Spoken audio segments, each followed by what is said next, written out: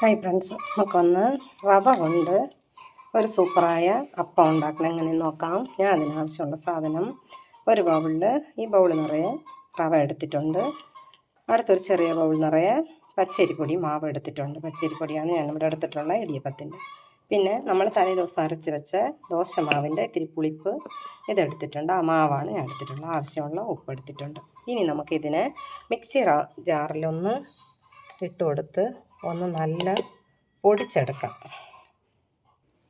ഈ പൊടിച്ച റവയിൽ നമുക്ക് കുറച്ച് വെള്ളം ഒഴിച്ച് കൊടുക്കാം.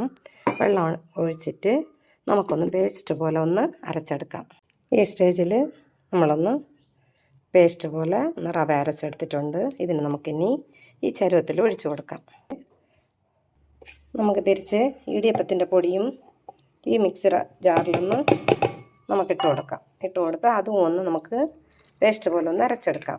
റവയുടെ മാവും പച്ചരി മാവും നമ്മളിതിൽ ആഡ് ചെയ്ത് കൊടുത്തു. അത് കഴിഞ്ഞിട്ട് ഈ ദോശമാവ് തലേ ദിവസമുള്ള ദോശമാവാണ് ഞാൻ ഒഴിച്ചത്.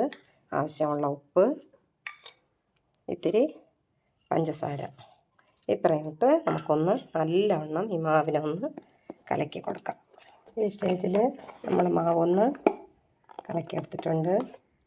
ഇനി നമുക്ക് ഈ മാവിനൊന്ന് ഒരു അരമണിക്കൂർ സമയം നമുക്ക് മാറ്റി വയ്ക്കാം. അടച്ച് നമുക്ക് മാറ്റി വയ്ക്കാം. 1 മണിക്കൂർ കഴിഞ്ഞ് നമുക്ക് സൂപ്പറായ അപ്പം ഉണ്ടാക്കിയെടുക്കാം. നമുക്ക് ഇവിടെ അരച്ച് വെച്ച മാവ് കണ്ട നമ്മൾ നല്ല റവയും ഇതും കൂടെ നമ്മൾ അരച്ച് 1 മണിക്കൂർ സമയം ഇവിടെ ആയി.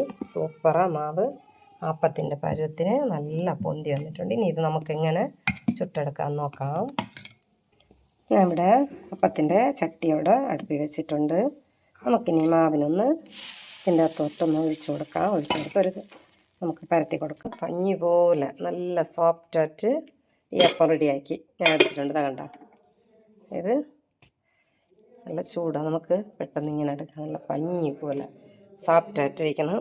പെട്ടെന്ന് നമുക്ക് 1 മണിക്കൂർ സമയം കൊണ്ട് ഈ മാവ് നമുക്ക് റെഡിയാക്കി വെക്കാം. നിങ്ങൾ ഒരിക്കൽ ഇതേപോലെ ട്രൈ ചെയ്ത് നോക്കണം. ഇതിന് ഞാൻ എന്തൊരു കറി വെച്ചിട്ടുണ്ടെന്നാൽ ഞാൻ ഈ അപ്പത്തിന് കണ്ട നല്ലൊരു സൂപ്പറായ ചിക്കൻ കറി വെച്ചിട്ടുണ്ട്. ഇതിൻ്റെ റെസിപ്പി ഇത് നാട്ടുകോഴി ചിക്കനാണ്. വെറും പെപ്പർ പൊടിയും മുളകും പട്ടയറ്റവും മാത്രം. ഇതിൻ്റെ റെസിപ്പി ഞാൻ ഒരു ദിവസം ഇട്ട് തരാം. എന്നെനിക്ക് സമയമില്ല.